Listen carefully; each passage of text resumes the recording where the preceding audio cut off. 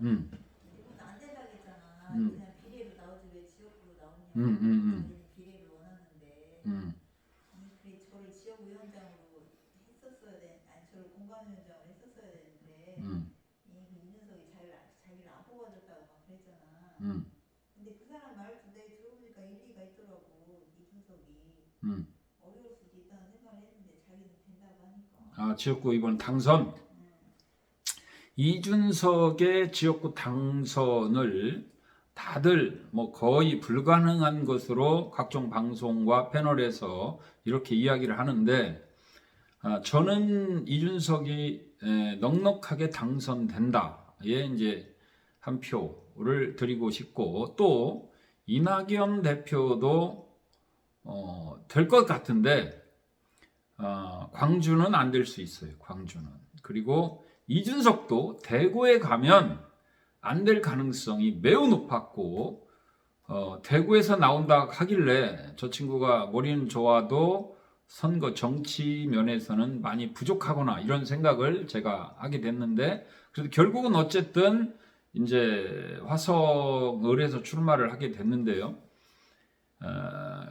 세종을 선택한, 제가 논산 금산 계룡의 국회의원 예비 후보였다가 이제 탈락을 했지만, 우리 지역의 국회의원이었지. 김종민 의원이 우리 동네 이제 국회의원이고 저하고도 개인적으로 좀 잘 아는 사이인데, 김종민이 세종이나 서울로 가면 될 가능성이 있다라고 이제 제가 계속 같은 경쟁자가 될 수 있었던 사람한테 이제 그런 얘기를, 특히 이제 우리 당 입장에서는 김종민 의원이 이제 출마를 해서 민주당 황명선 전 시장과 진보 쪽에서 표를 갈라 먹으면 제가 당선 가능성이 높으니까, 특히 이제 국민의힘에는 바램성 기대로 논산에서 출마를 할 거라고 이제 이런 얘기를 했는데, 저는 주변에 단연코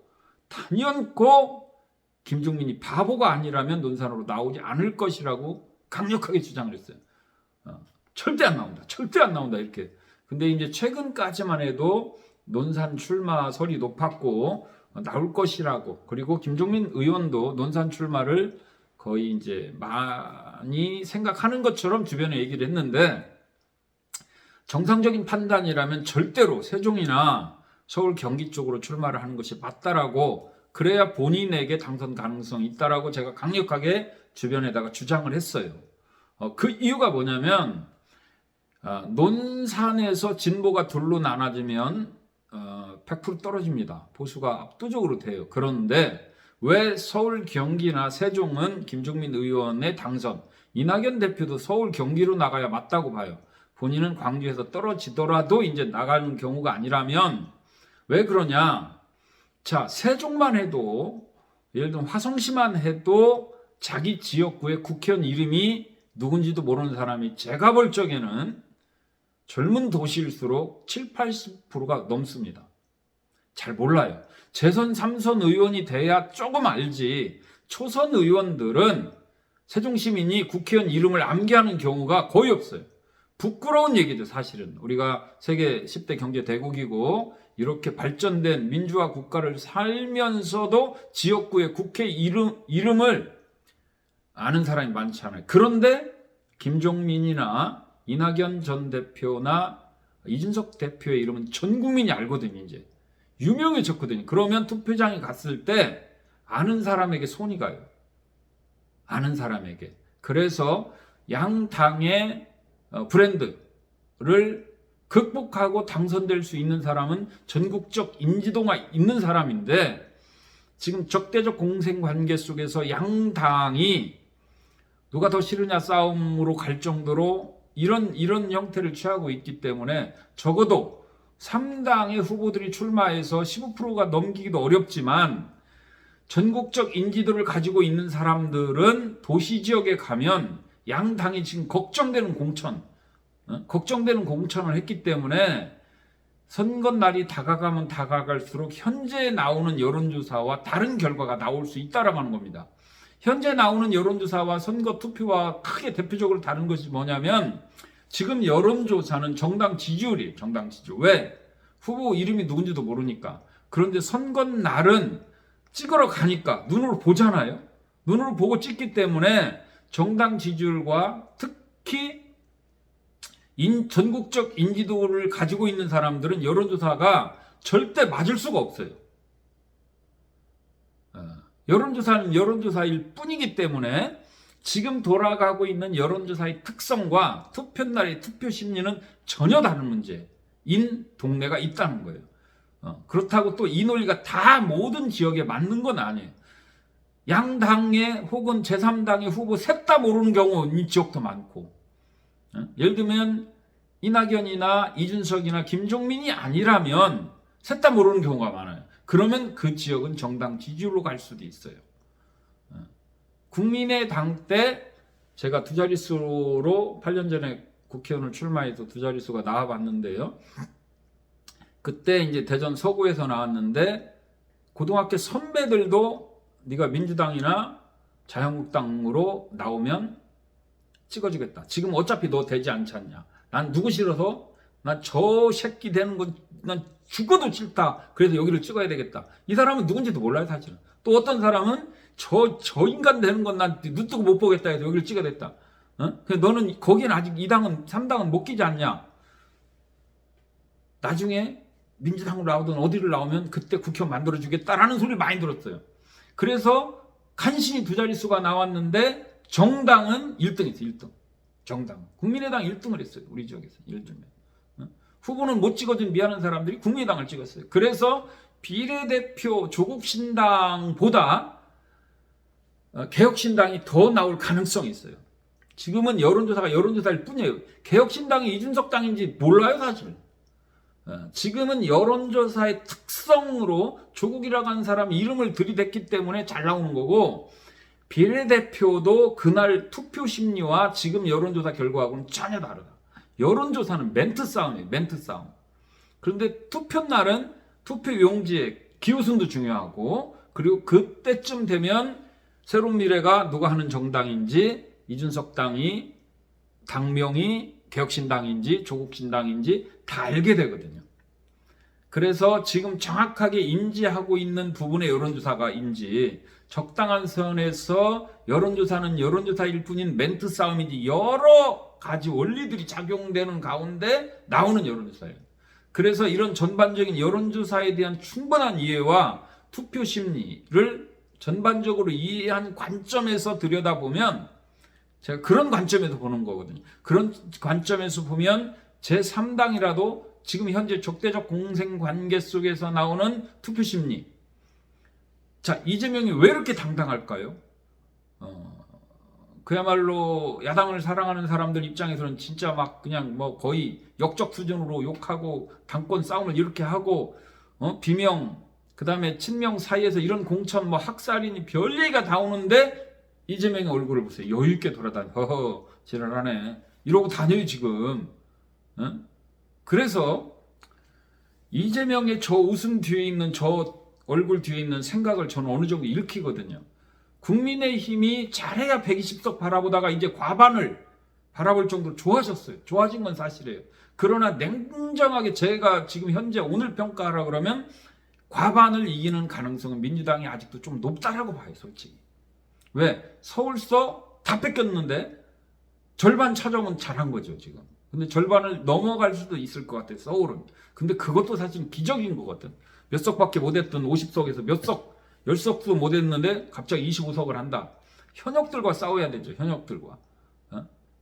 그래서 정당 지지율에 약간 유리한 거는 현역들과에서 현역 국회의원 배지를 뺏어와야 되는 부분에서는 쉽지 않다는 거고, 잘해서 예를 들면 30석 하고 민주당 20석에서 10석을 이겼다 쳐도, 그리고 경기도에서는 그럼 몇 석을 뺏어올 건데요. 60석, 100석 차이 났었는데 이거를 뺏어오면 얼마나 뺏어오겠어요. 그리고 경기도는 여론조사에서 앞서지도 않죠. 경기 인천이 제일 많은데 국회의원이 거기는 앞서지도 않아요. 지금 민주당한테 지고 있어요. 그랬을 때 과반이 가능하다 정도지, 제1당은 정확한 냉정한 평가 속에서, 특히 제가 대전 충남을 바라보니까, 제가 여기에서 정치를 벌써 몇십 년째 하고 있고 여론조사 회사를 20년 전부터 해오던 사람이고, 국회의원을 3번 정도 나가서 대전 충남을 냉정하게 몸으로 느끼는 체감지수로 바라볼 적에 과반은 고사하고 3분의 1 나오기도 어렵다. 대전 7석 중에 지금 잘해야 5대2 정도. 이것도 잘해야 할 거예요. 5대2 정도고 충남 10석은 잘해야 7대3. 물론 민주당이 7이고 국민의힘이 3이고 대전도 민주당이 5고 국민의힘이 2입니다. 2. 근데 지금 돌아가는 국민의힘에서 기대하거나 지금 언론에서 나오는 걸로는 국민의힘이 이길 것 같죠. 과반 이상을 할 것 같아요. 근데 만약에 저도 서울 경기 잘 모릅니다. 내 지역이 아니니까. 영남하고 호남 잘 몰라요. 근데 지금 충청도의 체감지수와 지금 언론에 나오는 거의 주장대로라면요. 국민의힘은 망했어요. 전혀 다릅니다. 현장은 전혀 달라요. 뚜껑을 열었을 때 만만치 않아요. 대선과 다르고 지난 지방선거 대통령이 취임한 지 몇 달도 되지 않은 허니문 기간에도 대전 서구 유성구 1, 2천 표밖에 차이가 안 났어요. 그런데 지금 그때보다 좋지 않거든. 지금 굉장히 좋아지긴 했는데 그때보다는 좋지 않거든요. 그러면 1000표 서구 유성구가 4석이고 중구, 동구, 대덕구가 1석인데 만만치 않거든요. 절대 만만치 현역과의 싸움이고 만만치 않은 지금 순간인데 지나치게 국민의힘의 지나친 기대, 거품이 껴있다라고 하는 사실을 충청도의 현장에서의 체감지수로 제가 말씀을 드리는 거고요. 그래서 다시 이준석으로 돌아가면 이렇게 양당이 혼란스럽고 과반수 싸움을 하고 있고 그 다음에 공천에 대한 양쪽 전부 다 굉장히 뜨거워졌죠. 이런 뭐 거의 난장판 수준이 됐는데 국민의힘은 좀 더 민주당보다는 안정적이고 그래서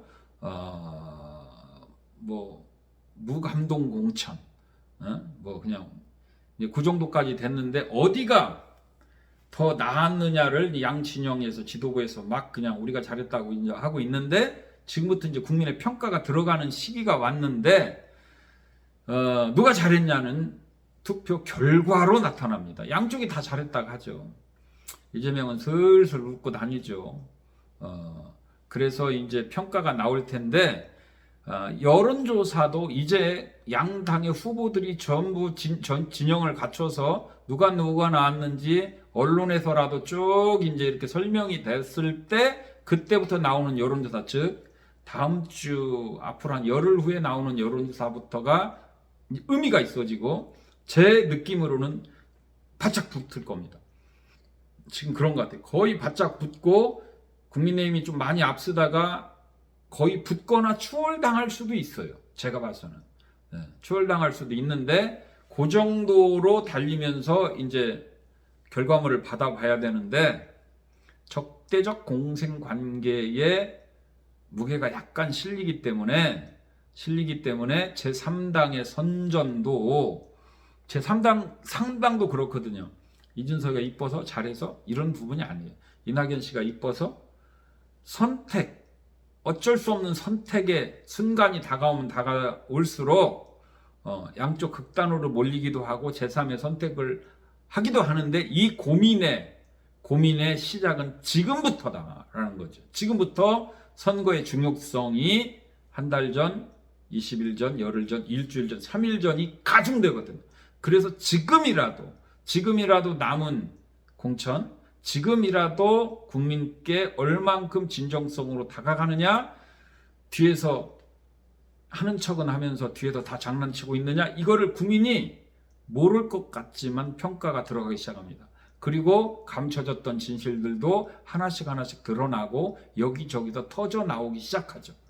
그리고 그런 부분들이 이제 평가를 들어가면서 나오는 앞으로 열흘의 여론조사, 그리고 선거가 이제 개봉박두 후보 등록하고 나서 여론조사가 의미가 있어지면서 새로운 선택들도 범위가 더 넓어질 것이다. 그런 관점에서 제3당 이준석을 지켜보라는 거예요. 이낙연 대표의 새로운 미래를 지켜보라는 거예요. 저는 제 생각에는 비례 포함 양당이 10석씩 20석은 가져간다. 그래서 둘이 또 만난 지 일주일 만에 헤어졌지만 다시 뭉치면 교섭단체가 될 가능성이 있다라는 거고, 양당 민주당과 국민의힘의 과반전쟁. 국민의힘은 뭐 120석만 해도 잘했다고 하는 그런 패배에 몰려있다가 다시 확 올라왔죠. 한동훈의 선전, 그리고 무난한 공천, 무강동 공천은 욕은 듣지만 그래도 나름대로 역할은 좀 했다. 그래서 과반 전쟁을 할 만큼 국민의힘이 좋아졌다라는 거하고, 지금부터 과반 전쟁은 지금부터 얼마나 잘하느냐, 진정성 있게 하느냐가 총선 결과가 나올 것이다. 자만은 금물이고 자만하면 진다. 이겼다고 생각할 그런 타이밍이 아니고, 지금 이겼다라고 생각하고 흥분하고 그런 생각이 이재명에게 들었건 한동훈에게 들었다면 그 당은 집니다.